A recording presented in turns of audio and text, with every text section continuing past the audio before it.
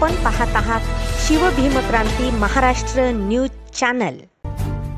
हर घर संविधान वाटप मोहिमेचे जिल्हाधिकारी रघुनाथ गावडे यांनी केले कौतुक। परभणी भारतीय संविधानाचा अमृत महोत्सवी वर्षानिमित्त लोकनेते विजय वाकुडे व संविधानप्रेमी कार्यकर्त्यांच्या वतीने 26 नोव्हेंबर संविधान दिनापासून संपूर्ण जिल्ह्याभरात संविधान ग्रंथ वाटप उपक्रम राबविण्यात येत आहे। त्या अनुषंगाने 6 डिसेंबर रोजी डॉक्टर बाबासाहेब आंबेडकर यांच्या महापरिनिर्वाण दिनानिमित्ताने शहरातील रविराज पार्क येथे संविधान ग्रंथ वाटपाचा भव्य कार्यक्रम आयोजित करण्यात आला आहे। या कार्यक्रमाचे निमंत्रण परभणीचे जिल्हाधिकारी रघुनाथ गावडे यांना देण्यात आले आहे। यावेळी त्यांना संविधानाचा ग्रंथ देण्यात आला। त्यांच्या माध्यमातून विधानसभा निवडणुका पार पडल्या, त्यानिमित्ताने सुद्धा संविधानप्रेमी नागरिकांच्या वतीने त्यांचे अभिनंदन करण्यात आले। संविधान वाटप उपक्रमाचे जिल्हाधिकारी यांनी कौतुक केले आहे। समाजाच्या प्रत्येक स्तरातून संविधान जागृती उपक्रम राबविणे अत्यावश्यक आहे असे त्यांनी यावेळी म्हणाले। या उपक्रमास त्यांनी शुभेच्छाही दिल्या। डॉक्टर भारत नांदुरे यांच्या माध्यमातून मोफत 50,000च्या जवळपास संविधान ग्रंथ देण्यात आले आहेत। यापुढे 1 लाखापर्यंत संविधान वाटप जिल्ह्याभरात करण्याचे नियोजन करण्यात आले आहे। या प्रसंगी लोकनेते विजय वाकुडे, डॉक्टर भारत नांदुरे, इंजिनियर भीमप्रकाश गायकवाड, आशिष वाकुडे, राहुल घनसावंत, चंद्रकांत बनसोडे, सिद्धार्थ कांबळे, सरुबाई जमदाडे, छायाताई बनसोडे, लखन जामकर, नवाब पटेल यांच्यासह संविधानप्रेमी कार्यकर्ते पदाधिकाऱ्यांची मोठ्या संख्येने उपस्थिती होती। पाहूया सविस्तर वृत्तांत शिवभीमक्रांती न्यूज महाराष्ट्र निर्भीड निपक्ष वृत्तवाहिनीवर। आम्ही आज जिल्हाधिकारी यांना भेटून त्यांना संविधान पुस्तिकेची भेट देऊन संविधान दिनाच्या शुभेच्छा दिल्या आणि 26 नोव्हेंबरपासून संविधानाचा अमृत महोत्सवाला सुरुवात झालेली आहे आणि या अमृत महोत्सवानिमित्त संबंध जिल्हाभरात किमान 1 लाख संविधान ग्रंथाचं वाटप करण्यात येणार आहे। यापूर्वी 26 नोव्हेंबरला आणि 28 तारखेला या शहरामध्ये एक मोठी संविधान रॅली काढून एक जल्लोषपूर्ण या ठिकाणी कार्यक्रम संपन्न झाला। बाबासाहेबांच्या पुतळ्याला हार घालून हजारो संविधानाच्या प्रती वाटप करण्यात आल्या आणि विशेष मी डॉक्टर नांदुरे यांचे विशेष आभार मानतो की ज्यांनी स्वखर्चातून ज्यांनी जवळजवळ 1 लाख प्रती संविधानाच्या प्रती या जिल्ह्यामध्ये आतापर्यंत वाटप केलेल्या आहेत आणि पुढे सुद्धा किमान 1 लाख प्रती वाटण्याचा मानस आहे त्यांचा।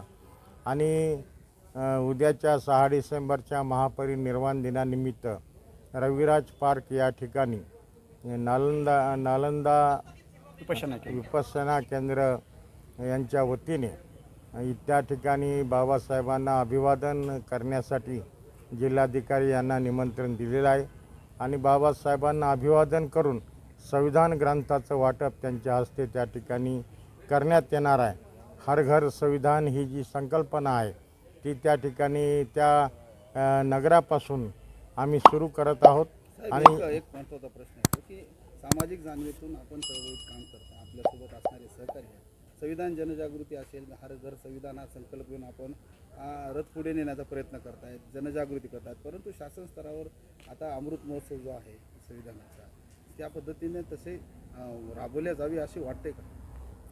नाही, कसं आहे की या राज्याचे आता होणारे मुख्यमंत्री देवेंद्रजी फडणवीस यांनी यापूर्वीच जाहीर केलेलं आहे की देशामधलं पहिलं राज्य महाराष्ट्र असेल की ज्या ठिकाणी आम्ही हर घर संविधान हे अभियान आम्ही सुरू करणार आहोत, हे त्यांनीच सांगितलेलं आहे। त्यामुळे जेव्हा का आता ते मुख्यमंत्री झाल्यानंतर मंत्रिमंडळ झाल्यानंतर आम्ही सर्व टीम त्यांना जाऊन भेटून की बाबा शासन स्तरावर जसं घर तिरंगा आपण राबवलं तसं घर संविधान हे सुद्धा अभियान शासन स्तरावर आपण राबवावे अशी आम्ही मागणी करणार आहोत।